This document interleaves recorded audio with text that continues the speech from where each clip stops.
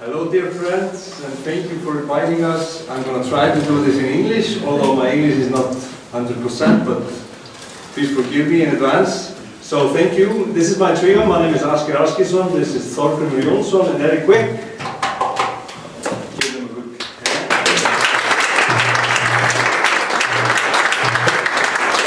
So I think it was very appropriate to start this gig by an Icelandic guy playing a Turkish oud. This is a Turkish oud, and they've been playing this thing in the Middle East for 5,000 years. There are pictures from Egypt from 3000 BC playing this kind of instrument. So this is like the grandfather of the guitar as we know it, because this is the father of the European lute, which looks exactly the same, although it has frets in here. So, and this is the lute. The difference between the European lute and the Arabic and Turkish oud is that they have these little tones in between, the microtones. They have more tones than in the Western system.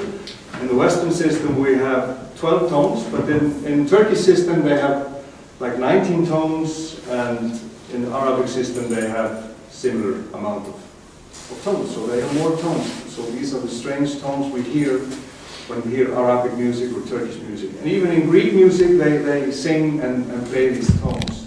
Because Greek, Macedonian, Bulgarian music is very connected to the Ottoman style of playing. So we started out by playing a medley of 2 songs. The first melody I played was from a song which is Turkish song, which is called Üsküdar, which is a neighborhood or a district in Istanbul, which is on the Asian side. And the other one is called Ólafur Reynir Björgvin, which is an Icelandic folk song, which you can hear. And I've been working for the past 5 years on a project, which I will tell you more about later, about a project where I've taken my own heritage to Bulgaria, Turkey, Iran, and to the Middle East, and recorded with musicians there. And Ólafur Reynir Björgvin was my version of that folk song. I've added a couple of extra melodies and to make it even bigger. So this is what you heard. This is from the first album, which is called Two Sides of Europe. I might tell you just a short version of how we got here, because these guys are involved with what we've been doing here in Iceland. We've been introducing Icelanders to Eastern European and Arabic Turkish music for more than 10 years now. I started to go to Bulgaria in 2010, studying Bulgarian music, later to Greece, Turkey, many times to Turkey, Iran, and to Egypt, Morocco, and many other places. So this is not something we started yesterday. And if you have more questions after the gig, please, feel free to ask. We're going to do my version of a very famous song, which is called Grimmisvæði Klettagjá. If I find the pick, right pick, they have very strange pick for these ouds, which they call risha, and originally it's made from a horn of a goat. So it's like this, but of course today it's made of plastic. But hopefully in the future something else. So we're going to do Grimmisvæði Klettagjá, played in a kind of Bulgarian style, in a time signature which is called 7/8, on a Bulgarian tambura, of course.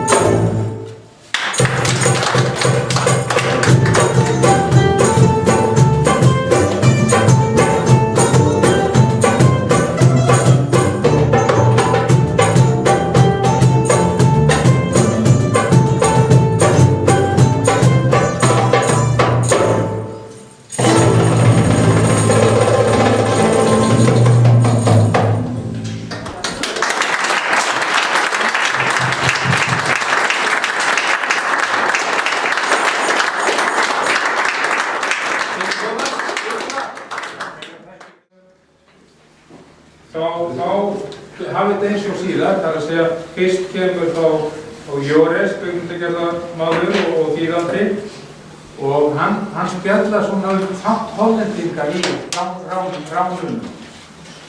Og lokatóninn, hann slær Arthur Nichols, háskólakennari, og sá sem er nú svona þessi stóri, hvað við segja, þessi aðdokkur maður. Ég kom nú með Karli Smára og Halldóri G. Vestmannaeyjar, þar sem það var einhvern veginn jafn auðvelt að kveikja og slökkva á andan og fyrir þig, Halldór, að kveikja og slökkva á kvikmyndavél. Það var alveg ótrúlegt að hlusta á hvernig hann stóð sem sagt þar sem að segjum bara Sængurkonustein og svo bara kveiktu þeir og slökktu saman, Halldór vélinni og Adam og sjálfum sig. Og svo bara var slökkt. Ótrúlegt hvað maðurinn gat sem sagt, hann bara var tilbúinn að tala og svo bara hætta.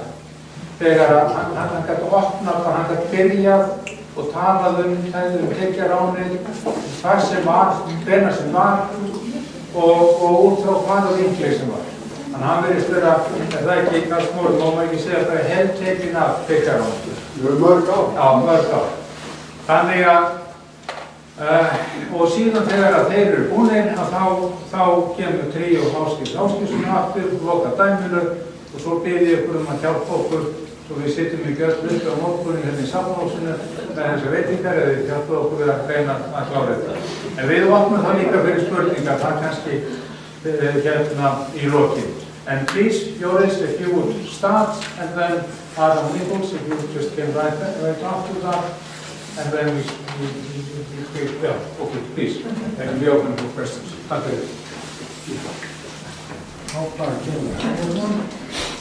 Hello, thank you for having me here. Let me first very briefly explain how I got to be involved in this story here. My publisher is a very nice lady called Harriet. She publishes my novels in Holland. She took a trip to Iceland. And she was driving through the middle of nowhere. And by the way, I find it's very easy to find yourself in the middle of nowhere in Iceland. She was driving through the middle of nowhere. She got a phone call from a friend in Holland, a lady she knew. So she drove up to a little parking space. And this lady says to her, I heard you're in Iceland, that's great. And as a joke, she said to her, my daughter works there as a tour guide. She drives the tour bus. So if you see her, say hello. Ha ha. However, that very moment, Harriet saw a bus drive up the parking spot. And there was a lady behind the wheel. So she went to this lady and says, are you Petra? And this girl says, yes. I have your mom on the phone. So imagine driving, once again through the middle of nowhere, some lady comes up and says, oh, your mom says hi. Right, so anyway, they became good friends. They talked a lot. And eventually, Petra said to her, you should really read this book. It's about a local piece of history, and it's just been translated into English by Adam and Carl. And it's called The Travels of Oliver Ailson. Now, Harriet read the book, liked it, asked me to make a Dutch translation, which I did, and it resulted in this very beautiful Dutch edition of this marvelous story. For Dutch people, there are 2 points of interest in this story. One of them is, of course, that Oliver Ailson, on his way back to Iceland, visited Holland briefly, and very briefly describes the country from the perspective of an Icelander at that time in history. There's another aspect to that story, one that is rather more shocking. Something that I didn't know and that most Dutch people don't know either. It was shocking enough to be an Icelander on this island in 1627. I see a bunch of pirates from Arabia sail into the harbor. But what was even more shocking, at least to me, is that it's fairly certain now that these Muslims were being led by Dutch pirates, Dutch corsair captains. How the hell is that possible? Well, to answer that question, we have to get back to the Dutch War of Independence, better known as the 80 Years' War, which is, I think it started in 1568 or something like that. And basically, it was the provinces of what is now Holland, Belgium, and Luxembourg against Spain. And well, there were a lot of geopolitical reasons why we started the war against Spain, but basically nobody likes to be occupied by a foreign power. And also, the Spanish had the Spanish Inquisition, and that didn't go down well in Holland, and they imposed heavy taxes. So what started out as a revolt against the Spanish oppressors became a full-scale war over time. And one of the key figures, by the way, of the war against the Spaniards was a man called William of Orange. I don't know if you've ever heard of him. Also named William the Silent, but mostly known as William of Orange. And he is now the ancestor of our royal house. Our present king is a relative, essentially, of William of Orange. And William of Orange, incidentally, is also the reason why we all wear orange to football games. Anyway, we eventually won the war. It's just that it took us 80 years to do so. Now, during the 80 Years' War, a lot of fighting was going on at sea, ships attacking each other. And if the Dutch didn't already have enough trouble fighting the Spaniards, they also had to cope with pirates, sometimes Dutch pirates attacking their own ships. So at some point, someone had a great idea. He said, what if we make those Dutch pirates work for us? We give them a permission slip, essentially, what is called a letter of marque, what the Dutch call a privateer letter. And they make pirates into privateers. And the only difference between a pirate and a privateer is that a privateer has the permission of his country of origin to loot other ships as long as it's enemy ships. So they basically said, you go ahead and attack ships as long as it's Spanish enemies. So to the privateers, this was great. They now had a get out of jail free card, right? They could go on with their piracy, go on looting, plundering, raping, and so on. But they had the permission to do so. So this worked out fine for a couple of years, but then there was a problem. There was a temporal ceasefire between Holland and Spain, what is called the 12-year truce. So for 12 years, there was, well, no war between the Dutch provinces and the King of Spain. So Holland said to these pirates, okay, you have to stop now. And surprisingly, the pirates didn't like that very much. They wanted to keep being a pirate and do what they do. But they couldn't, or they would be arrested. So some of them went back to land or got other jobs, but a few die-hard pirate captains went to look for other harbors and other places to continue being a pirate. Mm-hmm.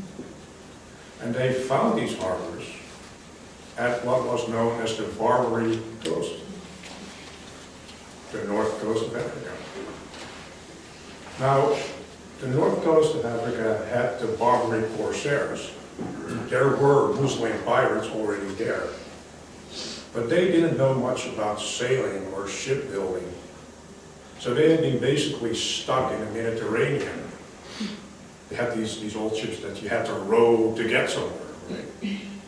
But the Dutch were master shipbuilders. They knew how to build ships and how to steer them. So basically they went to the Muslims and said, I am so-and-so from Holland, I have a great deal for you. I teach you how to build ships and how to steer them, and we'll go looting countries together. And the Muslims said, sure, that's great. So that's basically what happened. The Dutch taught the Muslims how to build sailing ships that allowed them to leave the Mediterranean, go out on the sea, and reach faraway places like Ireland and Iceland. So essentially, that's how they got there. And essentially, it makes it all of this, our fault. So, Can we blame you? my government sent me here today to finally issue an official apology to the people of Iceland. Anyway, that's basically the story. I've been told to keep it brief. Adam, my good friend, has some more information on who these pirates were specifically. We know who these guys were. There's still a lot of information about them. And they were beautifully colorful people.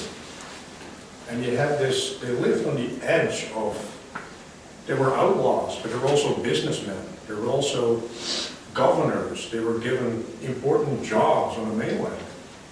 They even became like official, ambassadors for Holland. So this was a very strange time, and Mats already said, we tend to think of slavery as white people enslaving black people, and for the most part, that's what it is. But this was a time when white people actively helped, colored people to get white slaves. Mm-hmm. And that just shows how massively complex and how beautifully complex this whole piece of history is. And when this book came out, it was well received, but most of all, it exposed a bit of history that very few Dutch people know about. And it would be hugely interesting to reconnect and go back into history and, bring it alive again. Because history thrives on the complexity of it, on all the little nuances. And I think we would do well to dive into this and make many people know about this wonderful story. Thank you very much.